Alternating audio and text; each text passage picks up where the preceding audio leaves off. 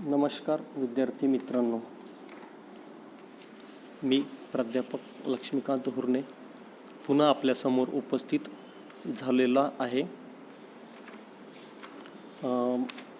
प्रकरण पहिल्यामधील एक मुद्दा आपल्याला शिकायचा आहे, ज्याचं नाव आहे रोजकीर्द, ज्याला आपण इंग्रजीमध्ये जर्नल असं म्हणतो. Journal JOURNAL. तर आपल्याला माहिती आहे जर्नल किंवा रोजकीर्द हे प्राथमिक नोंदींचं पुस्तक असते. प्राथमिक नोंदींचं पुस्तक म्हटलं तर काय, तर कुठलाही व्यवसायाशी संबंधित जो काही आर्थिक व्यवहार होईल, कोणताही आर्थिक व्यवहार असू द्या, त्याची सर्वप्रथम नोंद रोजकीर्दमध्ये घेतली जाते आणि त्या ठिकाणाहून पुढं मग त्या नोंदींची खतवणी केली जाते किंवा खाते पुस्तकात त्या नोंदी केल्या जातात. मग आता अशा प्राथमिक नोंदी करण्याच्या पुस्तकाला रोजकीर्द काय म्हणतात, तर सोप्या भाषेत सांगायचं झालं तर रोज म्हणजे प्रत्येक दिवस आणि कीर्द म्हटलं तर एक प्रकारच्या नोंदी असो किंवा नोंदी करण्याची वही. तर ज्या वहीमध्ये रोजच्या आर्थिक व्यवहारांच्या नोंदी केल्या जातात त्या वहीला किंवा त्या पुस्तकाला आपण रोजकीर्द असे म्हणतो. अजून ॲडिशनमध्ये सांगायचं झालं तर ज्या पुस्तकामध्ये व्यवसायाचे प्रत्येक आर्थिक व्यवहार जसे जसे घडत गेले, ज्या ज्या तारखेनुसार घडत गेले, त्या त्या तारखेच्या क्रमानुसार नोंदविण्याच्या वहीला रोजकीर्द असे आपण म्हणतो. तर रोजकीर्दमध्ये नोंदी करत असताना कालक्रमानुसार नोंदी केल्या जातात. कालक्रम म्हणजे काय, तर 1 तारीख, 2 तारीख, 3 तारीख हा जो कालक्रम असेल तर त्या सिरियल नंबरनुसार तारखेच्या, जसं 1 तारखेला एक व्यवहार झालेला आहे तर तो सर्वप्रथम नोंदवला जाईल. 2 तारखेला एक व्यवहार झालेला आहे तर तो पहिल्या व्यवहाराच्या नंतर लिहिला जाईल. त्यानंतर 3 तारखेला अजून एखादा व्यवहार झाला तर अगोदरच्या 2 व्यवहारांच्या नंतर तिसरा म्हणजे 3 तारखेचा व्यवहार लिहिला जाईल. याला म्हणतात कालक्रम. यालाच इंग्रजीमध्ये क्रोनॉलॉजिकल ऑर्डर असे म्हटले जाते. मग आता आपण पाहिलं की रोजकीर्द ही प्राथमिक नोंदींचं पुस्तक आहे. मग याला इंग्रजीमध्ये काय म्हणायचं, किंवा इंग्रजीमध्ये फक्त शब्दशः अर्थ जर्नल असा होतो, मग इंग्रजीमध्ये याचा अर्थ काय आहे तो आपण पाहूया. तर आपल्यासमोर या ठिकाणी डेफिनेशन दिसून येते. मीनिंग ऑफ जर्नल दिलेलं आहे. तर सर्वप्रथम जर्नल हा शब्द कसा तयार झाला याविषयी आपण माहिती पाहू. तर जर्नल हा शब्द फ्रेंच लँग्वेजमधील JOUR जर या शब्दापासून तयार झालेला आहे. मग आता फ्रेंच भाषेतील जर या शब्दाचा अर्थ काय होतो, तर जर JOUR means a single day. जर म्हणजे एक दिवस, आणि त्यावरून जर्नल हा शब्द तयार होतो. मग जर्नल म्हणलं तर काय, एका दिवसाच्या नोंदीचे पुस्तक म्हणजे जर्नल, किंवा एका दिवसाच्या व्यवहारांच्या केलेल्या नोंदी म्हणजे जर्नल. मग एक दिवस म्हटलं तर 1 तारीख हा एक दिवस झाला, त्या दिवसाच्या नोंदी. 2 तारीख हा दुसरा दिवस झाला, त्या दिवसाच्या नोंदी. 3 तारीख तिसरा दिवस, त्या दिवसाच्या नोंदी. असं करत करत आपण पूर्ण 365 दिवसांच्या नोंदी जेव्हा करत जाऊ तेव्हा ते आपोआप एका दिवसाच्या पानावरून ते जर्नल तयार होत जाते. तर लक्षात ठेवायचं, हा प्रश्न MCQsमध्ये विचारला जातो. The word journal is derived म्हणजे आलेला असणे, derived from the French word jour which means a day. Therefore म्हणूनच journal means a daily record, रोजच्या नोंदी करणे किंवा रोजच्या नोंदींचा अभिलेख तयार करणे, that is called journal. Simply it is very simple. जसं आपण आपल्यापैकी काही विद्यार्थी, काही मुलं दिवसभरात काय घडलं याच्या नोंदी आपल्या डायरीमध्ये करून ठेवतात, ज्याला आपण मराठीत रोजनिशी असं म्हणतो. That is called journal. Okay. If we are maintaining a daily diary for our business then it becomes journal, and if we are maintaining a daily diary for our personal use then we can call it just a diary or our autobiography. Okay.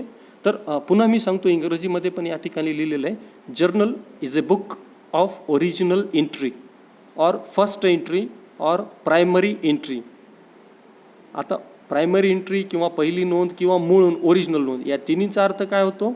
Original entry म्हणजे पहिली मूळ नोंद, first entry म्हणजे पहिली नोंद, आणि primary म्हटलं तर पण पहिली नोंद. याचा सिंपल अर्थ घ्यायचा आहे, ज्या पुस्तकामध्ये व्यवसायाच्या व्यवहाराची नोंद सर्वप्रथम घेतली जाते, दॅट्स कॉल्ड जर्नल. ओके. मग त्यानंतर पुढं काय म्हटलेलं आहे, because all the business transactions, मी कुठं सांगतोय ते दाखवतो तुम्हाला. बिकॉज ऑल द ट्रान्झॅक्शन, या इथनं मी आता चर्चा करतो पुढं.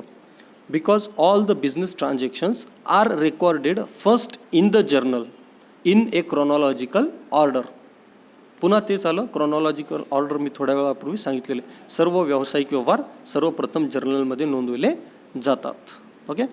त्यानंतर पुन्हा पुढं सांगितले chronological order that is in the order of their occurrence. Occurrence म्हणजे काय, जसे जसे व्यवहार घडत गेले तसे तसे त्यांच्या क्रमानुसार, तारखेच्या क्रमानुसार नोंदवित जाणे. तर मग हे झालं इंग्रजीमधलं. वापस मराठीच्या माहितीवर आपण जाऊया. या ठिकाणी मराठीची पण आपल्याला माहिती दिलेली आहे, काय पाहू शकतो आपण. रोजकीर्द किंवा पंजीला प्राथमिक नोंदींचे पुस्तक म्हणतात. जमा खर्चाच्या ज्या पुस्तकात व्यवहारांच्या कालक्रमानुसार केलेल्या नोंदींवरून व्यवहाराची तारीख,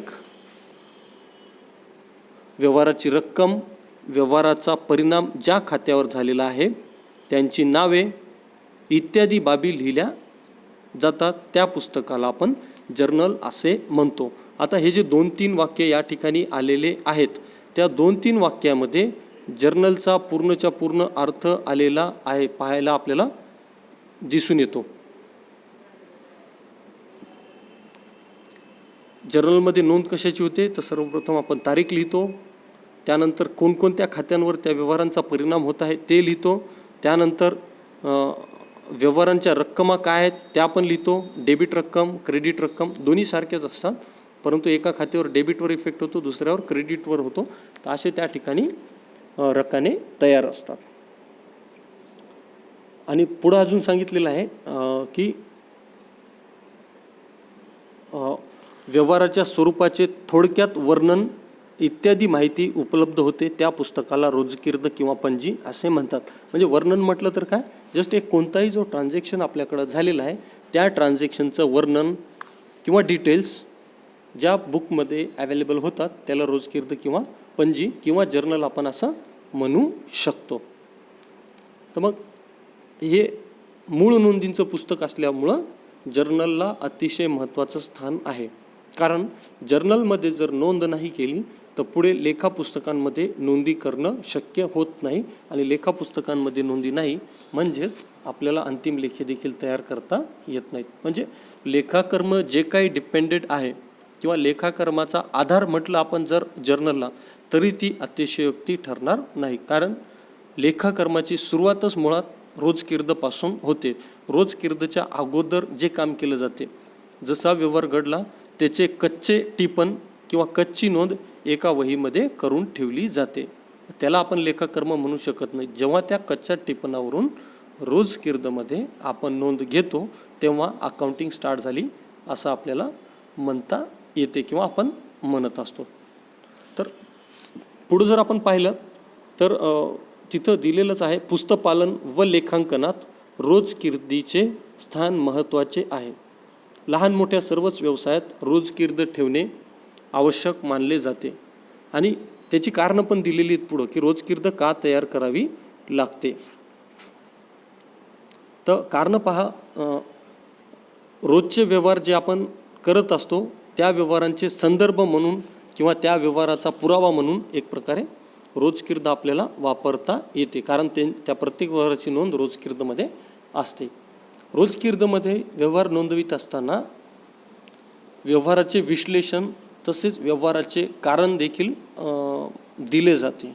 म्हणजे रोजकीर्दवरून प्रत्येक व्यवहारासाठी व्यवहार कोणत्या कारणासाठी झाला हे देखील आपल्याला लक्षात येतो.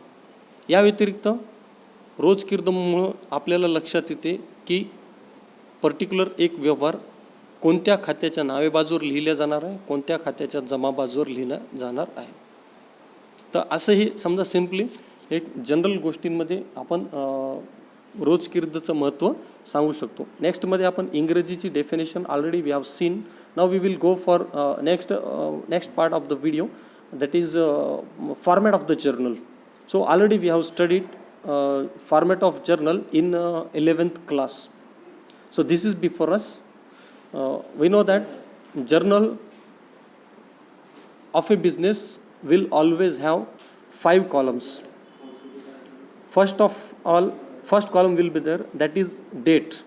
Here in this column, we have to write the date of the transaction when it was occurred. Suppose on 1st January you have purchased goods for rupees 10,000 cash. Then you have to write date first and then other things. Date, that is 1st January. The second column is before us, that is particulars. Particulars means what? The details of the transactions, nothing else. And when we are going to write particulars in the journal, we have to consider the transaction and the accounts on which that transaction is laying or giving an effect. Suppose we have purchased a machinery by paying cash of rupees 10,000. In this transaction, we have to find out which accounts are involved. The first account is machinery account and second is the cash account. After that, while writing the particulars, we have to apply the rules of accounts to the transactions. So for applying the rules, we must know rules of accounts. That already we have discussed in previous videos. Again, I will repeat here in Marathi also. I am discussing the rules of accounts. Friends, already we know there are 3 types of accounts. First, personal account. Second, nominal account. And third is the real account. My sequence may vary. माझा sequence वेगळा येऊ शकतो. But personal account म्हणजे वैयक्तिक खाते. वैयक्तिक खात्याचा नियम आहे debit the receiver, credit the giver. याचा मराठीत अर्थ लाभ घेणाऱ्याचे खाते नावे करा, लाभ देणाऱ्याचे खाते जमा करा. मग वैयक्तिक खाते कोणासाठी असतात? व्यक्ती, इतर संस्था, बँका यांच्यासाठी आपण तयार करतो. त्यानंतर दुसरं आहे नॉमिनल अकाउंट्स. नॉमिनल म्हणजे नामधारी, ज्यांचं फिजिकल एक्झिस्टन्स नसतं. जसं एखाद्या संपत्तीचं अस्तित्व असते, एखाद्या व्यक्तीचं अस्तित्व असते, तसं नॉमिनल अकाउंट्सला अस्तित्व नसते. जे खर्चाचे, उत्पन्नाचे, लाभ किंवा हानीचे खाते असतात ते नॉर्मली नॉमिनल अकाउंट्समध्ये येतात, नामधारी खाते. तर त्याचा नियम आहे debit all expenses and losses, credit all incomes and gains. म्हणजे खर्च व हानीचे खाते नावे करा, उत्पन्न व लाभाचे खाते जमा करा, credit all incomes and gains. आणि लास्टच आहे रिअल अकाउंट्स. ज्या गोष्टी वास्तवात अस्तित्वात असतात, रिअलमध्ये असतात, त्या गोष्टींसाठी रिअल अकाउंट्स आपण तयार करतो, जसं मशिनरी, कॅश, गुड्स वगैरे वगैरे. आणि त्याचा नियम आहे debit what comes in, credit what goes out. याचा अर्थ येणाऱ्या संपत्तीचे खाते नावे करा, जाणाऱ्या संपत्तीचे खाते जमा करा. मग आता हे सर्व 3 नियम आपण पाहिले तर आपल्याला हे पण कळालं, जस्ट नियम माहीत असून चालत नाही. मी माझ्या प्रत्येक वर्गात सांगतो, नियम माहीत असून चालत नाही. तर प्रत्येक नियमाचं आपल्याला ॲप्लिकेशन कसं करावं हे देखील माहीत असणं गरजेचं आहे. यासाठी आपल्याला त्या व्यवहारात कोणकोणते खाते इन्व्हॉल्व आहेत ते आपल्याला माहीत करता आलं पाहिजे. तर याच्याबद्दलही थोडीशी चर्चा करू. जसं मी एक व्यवहार सांगितला होता की 10,000 रुपयाची रोख देऊन मशिनरी खरेदी केली. मग आता या व्यवहारामध्ये 2 खाते कोणकोणते समाविष्ट आहेत ते आपल्याला पाहायचे. एक आहे मशिनरी आणि दुसरं आहे रोख. मग आता हे 2 खाते माहीत झाल्यानंतर रोख आणि मशिनरी हे कोणत्या प्रकारच्या लेख्यांमध्ये मोडतात ते आपल्याला कळालं पाहिजे. हे पर्सनल आहेत का, रिअल आहेत का, नॉमिनल आहेत हे आपल्याला पाहावं लागेल. मग हे दोनही लेखे वास्तविकमध्ये असतात. मशिनरी वास्तवात अस्तित्वात असते आणि रोख देखील असते, म्हणून हे रिअल प्रकारामध्ये मोडतात. मग रिअल अकाउंटचा नियम काय? डेबिट व्हॉट कम्स इन आणि क्रेडिट व्हॉट गोज आउट. मग मशिनरी या ठिकाणी आपल्या व्यवसायात येत आहे आणि आपल्याजवळून रोख रक्कम बाहेर जात आहे. म्हणून मग या ठिकाणी आपण पाहू शकतो की name of the account to be debited हे दिलेलं आहे आणि त्याच्या खालीच दिलेलं आहे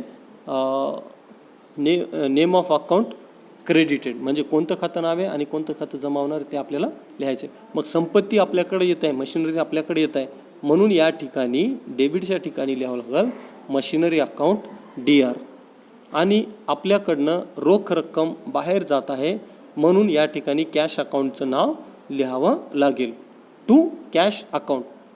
डेबिटची नोंद जेव्हा करतो तेव्हा या ठिकाणी आपल्याला DR असं लिहावं लागते, DR फॉर डेबिट. आणि जेव्हा क्रेडिटची नोंद करायलो तेव्हा क्रेडिट किंवा CR न लिहिता त्या खात्याच्या अगोदर टू हा शब्द लिहिला जातो. ठीक आहे. तर मग मशिनरी आपल्याकडे येत आहे म्हणून मशिनरी अकाउंट DR आणि रोख रक्कम आपल्याकडनं बाहेर जाते म्हणून कॅश अकाउंट क्रेडिट होईल, म्हणजे टू कॅश अकाउंट आपल्याला लिहायचं आहे. मग या ठिकाणी हा झाला पर्टिक्युलर्सचा कॉलम. तर पर्टिक्युलर्सच्या कॉलममध्ये इथं बिईंग हा एक शब्द दिसतोय. बिईंग म्हणजे काय, तर सिम्पली ही नोंद कशाबद्दल करण्यात आलेली आहे त्याचं कारण. मग आपण नोंद कशासाठी सांगतोय, मशिनरी अकाउंट डेबिट करतोय आणि टू कॅश अकाउंट होत आहे. ओके. मग ही नोंद कशासाठी होत आहे, तर मशिनरी आपल्या व्यवसायात आलेली आहे आणि कॅश आपल्याकडनं चालली आहे. मग मशिनरी आपण खरेदी केलेली आहे तर त्याची नोंद आपल्याला घ्यायची. बिईंग मशिनरी परचेस्ड अशी नोंद आपल्याला या ठिकाणी करावी लागेल. त्यानंतर पुढचा एक रक्कम आहे LF नावाचा दिसतोय, LF. तर LFचा अर्थ काय होतो, तर लेजर फोलिओ. लेजर म्हणजे आपल्याला माहिती आहे खातेवही, आणि फोलिओ म्हटलं तर काय, त्या खातेवहीतील एक पान. मग आता हा जो व्यवहार आपण रोज किर्दमध्ये नोंदविलेला आहे, इथं जो काही व्यवहार तो खातेवहीमध्ये कुठल्या पान क्रमांकावर नोंदवला आहे ते पान क्रमांक या ठिकाणी आपल्याला लिहायचं आहे. आणि इथं दिसायला डेबिट अमाऊंट, इथं दिसते क्रेडिट अमाऊंट. मग डेबिटमध्ये आपल्याला जी काही व्यवहाराची रक्कम आहे ती लिहावी लागेल. जसं 10,000ची संपत्ती सांगितली मी, आणलं मशिनरी, तर ह्या डेबिटच्या सरळ रेषेमध्ये आपल्याला या ठिकाणी 10,000 असे लिहावे लागतील. आणि खालचं जे क्रेडिट करायला सांगितलेलं अकाउंट आहे त्या ठिकाणी 10,000 आपल्याला लिहावे लागतील. ओके. तर ही रोजकिर्द नोंदवण्याची पद्धती आहे 5 रकान्यांमध्ये. थोडंसं पुढं जाऊया आणि त्याच गोष्टी मी इतकं डिस्कस केल्या त्या गोष्टी आपण लिखित स्वरूपात पाहूया. हे रोजकिर्दची खातेवहीची मराठीमध्ये आखणी आहे आणि ही इंग्रजीमध्ये होती. काही फरक काही नाही, तेच आहे. दिनांक आहे, तपशील आहे, खातेवहीचा पान क्रमांक आहे, नावे रक्कम, जमा रक्कम या पद्धतीनं. आणि हे जे आपल्याकडे दिसते एक्झामिनेशन ऑफ कॉलम्स, मला वाटते काही थोडासा शब्द प्रयोग चुकलेला असावा या ठिकाणी. एक्सप्लेनेशन ऑफ कॉलम्स असं पाहिजे होतं तिथं. त्या ठिकाणी मग जे मी सांगितलं डेट आहे, त्यानंतर पर्टिक्युलर्स आहे, त्यानंतर लेजर फोलिओ, डेबिट कॉलम आणि क्रेडिट कॉलम, अशा 5ही गोष्टी आपण ऑलरेडी डिस्कस केलेल्या आहेत. तर या पद्धतीनं जर्नलमध्ये आपल्याला नोंदी घ्यायच्या असतात. अतिशय साध्या साध्या गोष्टी असतात, त्या आपल्याला माहीत करून घ्यायच्या असतात. आणि ज्या विद्यार्थ्यांना लेखाकर्माच्या नियमांचं बरोबर वापर करता आला, ॲप्लिकेशन करता आलं, त्यांना लेखाकर्म काहीही अवघड जात नाही. तर हा अतिशय इम्पॉर्टंट पार्ट आहे. जेव्हा ॲक्च्युअल क्लासेस चालू होतील आपण याच्यावर पुन्हा चर्चा करूया. तोपर्यंत इंग्रजीमधल्या 1-2 अजून डेफिनेशन आपण पाहूया. मुद्दाम मागं डेफिनेशन्स ठेवण्याचं कारण हे, डेफिनेशन आपण मनानं देखील तयार करू शकतो, परंतु त्याकरिता आपल्याला जर्नलचा अर्थ कळायला पाहिजे. तो इतका वेळ आपण डिस्कस केलेला आहे. तर या ठिकाणी पाहू काय लिहिलेलं आहे पहा. या ठिकाणी पहिल्या वाक्यामध्ये लिहिले, business transactions are systematically recorded in journal on the basis of source document. आता पुन्हा इथे एक टेक्निकल टर्म आली, सोर्स डॉक्युमेंट. याचा अर्थ काय होतो, तर व्यवहारासाठी जे काही म्हणजे व्यवहाराचे जे काही पुरावे असतात त्या पुराव्यांना सोर्स डॉक्युमेंट्स असं म्हटलं जाते.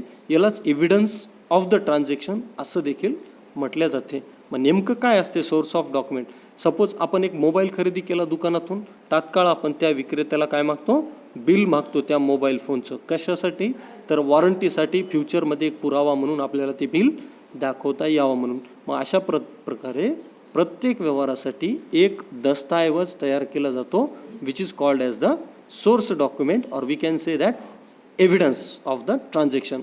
मग त्याच्या अगोदर काय आता इथं दिलेलं आहे, business transactions are systematically recorded in journal on the basis of source document. म्हणजे पुराव्यांच्या आधारे जर्नलमध्ये व्यवसायाचे सर्व आर्थिक व्यवहार सिस्टमॅटिकली म्हणजे पद्धतशीरपणे नोंदविले जातात पद्धतशीरपणे, म्हणजे त्या 5 रकान्यांमध्ये. या पद्धतीने जर्नलचं वर्णन करण्यात आलेलं आहे. सोर्स डॉक्युमेंट आहे, त्यानंतर बिझनेस ट्रान्झॅक्शन्स आहेत, नंतर जर्नलमध्ये आहे आणि नंतर सिस्टमॅटिकली या पद्धतीनं. तर या सामान्य बाबी आपण लक्षात ठेवल्या पाहिजे. त्यानंतर पुन्हा पुढं आहे, all the transactions are entered in journal in a chronological order as per double entry system. हा शब्द या ठिकाणी महत्त्वाचा आहे. बाकीचा आपण या गोष्टी अगोदर चर्चा केल्या. डबल एंट्री सिस्टीम म्हणजे काय? एका व्यवहाराच्या 2 ठिकाणी नोंदी करणे, एका खात्याच्या नावे बाजूवर तर दुसऱ्या खात्याच्या जमा बाजूवर.